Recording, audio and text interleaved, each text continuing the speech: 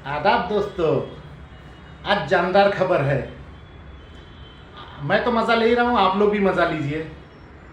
मामला ये है कि जनपद अंबेडकर नगर में ग्राम विकास अधिकारी और ग्राम पंचायत अधिकारियों के स्थानांतरण का एक बहुत बड़ा घोटाला हुआ है। और घोटाला इसलिए कहेंगे, उसमें लेन देन हुई है और मैं बिना साक्ष्य के तो कोई बात कहता नहीं हूँ। घोटाला है, घोटाला में पैसा लेन देन का साक्ष्य मेरे पास होगा तब मैं इसे कह रहा हूँ। मामला यह था कि जनपद अंबेडकर नगर में डीपीआरओ जो हैं, इनके पास सिर्फ ट्रांसफ़र, पोस्टिंग और जांच का यही आमदनी का जरिया होता था। तो इन्होंने हंसवर क्लस्टर एक बदल दिया था, तो उस पर मैंने जांच करवा दी और बहुत तगड़ी जांच करवा दी। तो जब मैंने वो हंसवर क्लस्टर की शिकायत दी थी, उसके बाद से अल्लाह का करम है कि ट्रांसफ़र पोस्टिंग रुक गई। ट्रांसफ़र पोस्टिंग सिर्फ वही होती थी, जैसे कोई मृतक आश्रित आया है तो उसको दे देते थे, या कोई महिला डिलीवरी के लिए छुट्टी उट्टी ली है तो उसकी जॉब किसी को कर देते थे। बाकी कोई ट्रांसफ़र होता नहीं था, सब एकदम जेन्युइन होने लगा था। अब इधर आमदनी बंद हो गई, फिर चंदा बंद हो गया। योगी जी आके चले गए, चंदवे नहीं वसूल पाए क्योंकि वीडियो बन जाएगा। अब होली आ रही है यार, तो होली का भी चंदा बंद है, होली की भी वसूली करोगे तो लटका दूंगा। तो बोले कि कुछ ट्रांसफ़र पोस्टिंग करा ली जाए। तो पहले से ही तय रहता है, लोग अपना पैसा वैसा दिए रहते हैं कि साहब अगर कभी बनेगा तो हमारा नौआ डाल दो, हमको ई गौवा दे दो, ई क्लस्टर दे दो, ऐसा कर दो, ऐसा। सिक्योरिटी लोग अपनी सेटिंग लगाए रहते हैं। तो अब आचार संहिता लगने वाली थी, इतने साल से सूखा पड़ा है, कुछ कमाई नहीं हो रही, मुंह में मक्खी आती जाती है, तो क्या किया जाए। तो प्रोग्राम बना कि कुछ लोगों को कर ही दिया जाए। उसके लिए एक रीज़न भी निकल आया। आस्था पांडे एक सिक्योरिटी थी अकबरपुर में, उनका अयोध्या ज़िले में ट्रांसफ़र हो गया तो उनकी जगह खाली हो गई। अब इसका तो पत्रावली बन के जानी थी डीएम के यहाँ अनुमोदन के लिए, तो इसमें कैसे घुसाया जाए, क्योंकि उधर साहिब मुनीर बैठा है तो वो लटका देगा। सीडीओ साहब से बात की गई तो सीडीओ की मैं तारीफ करता हूँ, सीडीओ की जो समझ में आ जाता ना लटका देता। सीडीओ को जब पता चल गया कि ये पैसा लेता है ट्रांसफ़र पोस्टिंग का, सीडीओ सख्ती से मना कर दिया, यहाँ से कोई कागज़ आगे नहीं जाएगा। ये बहुत रगड़े रोए। वो जिला विकास अधिकारी सुनील तिवारी है, वो भी गया, सर ये कर दीजिए, 2-3 है जिन्होंने, ना ना ना कुछ नहीं। बोले डीएम साहब से कराओ, बोले डीएम से कराओ, किसी से कराओ। तो उन्होंने कहा जिला अध्यक्ष महोदय का काम है। बोले जिला अध्यक्ष का, मुख्यमंत्री का हो, मेरे यहाँ से ये पत्रावली नहीं जा सकती। मज़ा आ गया यार, सीडीओ जो अकड़ गया तो मज़ा आ गया। और है भी दमदार यार, वो डायरेक्ट आईएएस है। मैं उसकी बुराई करता हूँ अलग बात, लेकिन ऐसा तो नहीं ना, जो अच्छा काम कर रहा है तारीफ भी करता हूँ। डीएम साहब को तो कुछ नहीं समझता, वो लेखपाल कानून को से प्रमोशन होके आया, मैं डायरेक्ट आईएएस हूँ यार, कुछ समझा करो। तो ठीक है, ये तो उसकी चलती है।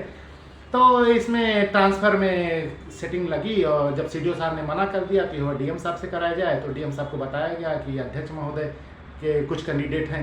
तो 12 कैंडिडेट का उसमें नाम आया, तो अध्यक्ष महोदय के तो सिर्फ 3 थे, तो 12 कैसे हो गए।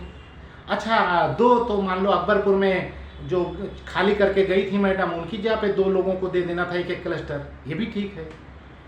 अब बचे 10 में अध्यक्ष महोदय के 3 हैं, 7 किसके आ गए। 7 तो पैसे वाले हैं, तो उसमें 7 में एक मेरा भी था। अब नाम तो नहीं बता सकता क्योंकि मैं ऐसे हर जगह अपना आदमी घुसाए रहता हूँ। घुसाने के पीछे मकसद ये है कि उसे पता तो चलेगा भाव क्या चल रहा है, सेटिंग क्या लग रही है, होगा कि नहीं होगा, कितना पैसा कब आगे कब देना पड़ेगा, कैसे देना पड़ेगा। अगर सचिव के पास नहीं रहता तो मैं ही दे देता हूँ कि तू दे, लग खाली वीडियो बना ले, देख उनका कौन बाबू लेता है, उनके कार्यालय में बाबू हैं वो लेते हैं, कभी डीपीआर खुद भी लेता है अपने हाथ से, तो है मेरे पास रिकॉर्ड है। तो अब एक आदमी मेरा था, 3 आदमी अध्यक्ष के थे। तो अध्यक्ष वाले से तो पैसा नहीं लिया गया तीनों से, लेकिन एक से शायद अध्यक्ष वाले से भी ले लिया, बाबू ने ले लिया, पता नहीं दिया डीपीआरओ को दिया कि नहीं दिया, लेकिन बाकी 7 से पैसा लिया गया। और 7 में एक मेरा था, वो तो फुल पेमेंट उसको करना पड़ा। अच्छा, 12 लोगों का ट्रांसफ़र हो गया, डीएम से अनुमोदन करा लाए और किए हैं सब। 16 तारीख को दिखाएं 15 तारीख को, क्योंकि 16 को 3 बजे तो आचार संहिता लागू हो गई, तो उससे पहले इनको जारी करना था। तो बताया कि 15 तारीख को डीएम का अनुमोदन हो गया, लिस्ट निकल गई।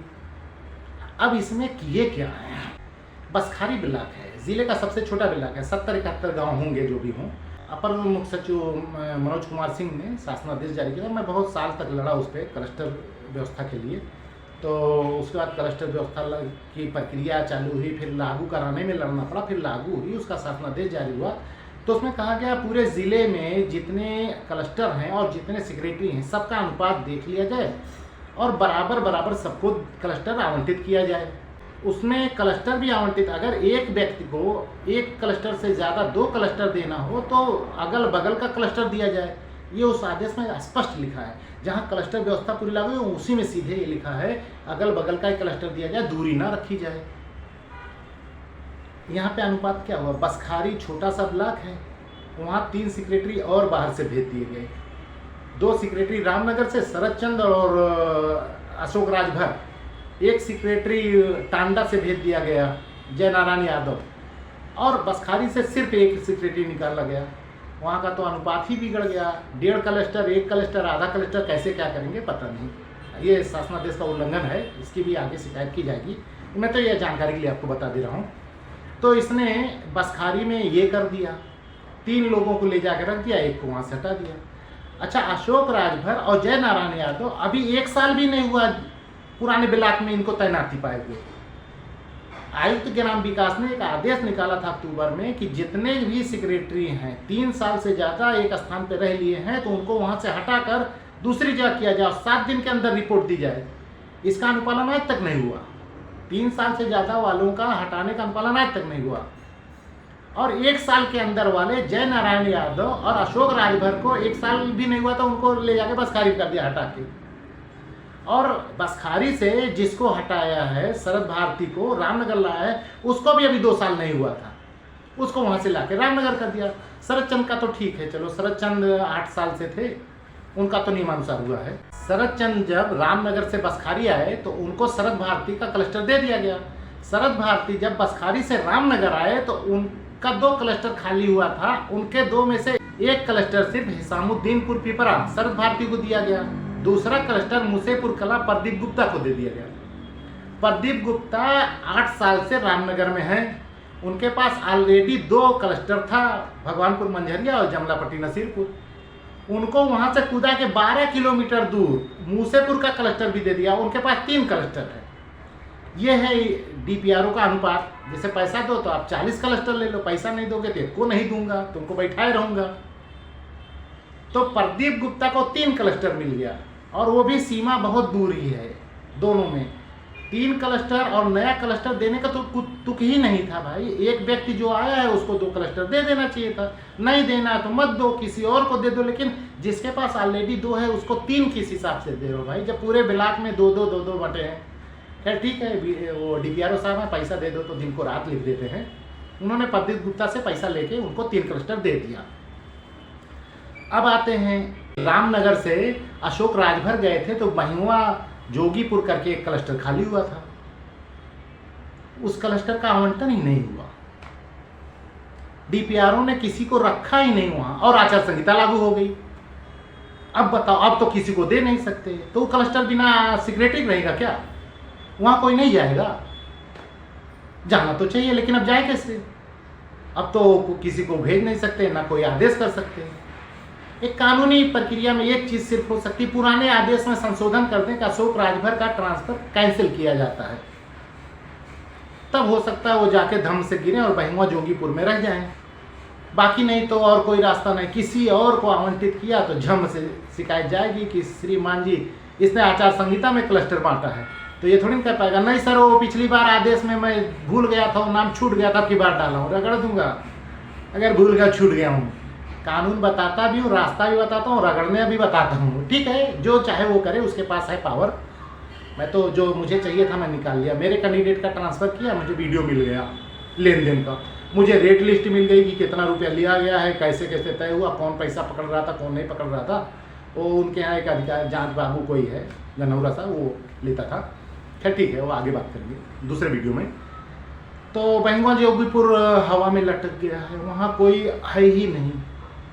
अब आगे देखते हैं। निर्वाचन आयोग का एक स्पष्ट आदेश है कि कोई भी कर्मचारी अगर किसी का ट्रांसफ़र हुआ है और आचार संहिता से पहले भी हुआ है और आचार संहिता लगने से पहले वो चार्ज नहीं ले पाया है, तो आचार संहिता के दौरान चार्ज नहीं ले सकता, वो जहाँ है वहीं रहेगा। अब 16 तारीख को तुम 3 बजे जब आचार संहिता लगी है तो 2:45 बजे ऑर्डर जारी किए हो, लोगों को दिए हो, चार्ज कैसे कोई ले लेगा? करा लो बैक डेटिंग। कह दो कि नहीं 15 तारीख को चार्ज ले लिए थे ऑर्डर होते ही, तत्काल प्रभाव से।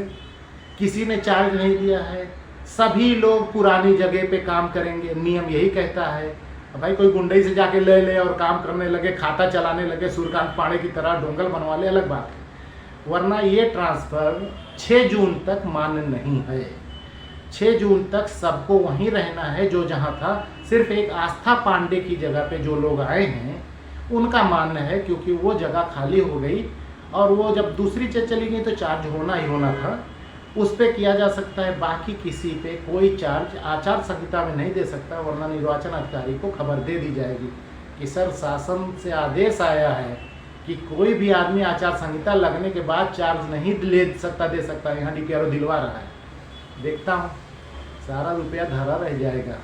अध्यक्ष महोदय ने 3 लोग को कहा था ना, तो ये 12 कहाँ से आ गए? 12 में 10 कहाँ से आ गए? 2 चलो ठीक है नियम से थे, 10 कहाँ से आ गए? कितना पैसा लिए हो? होली हो गई, होली का ना होलिका बना दूंगा, उसी में बैठा के लुक्की लगवा दूंगा। बस आज के लिए इतना ही।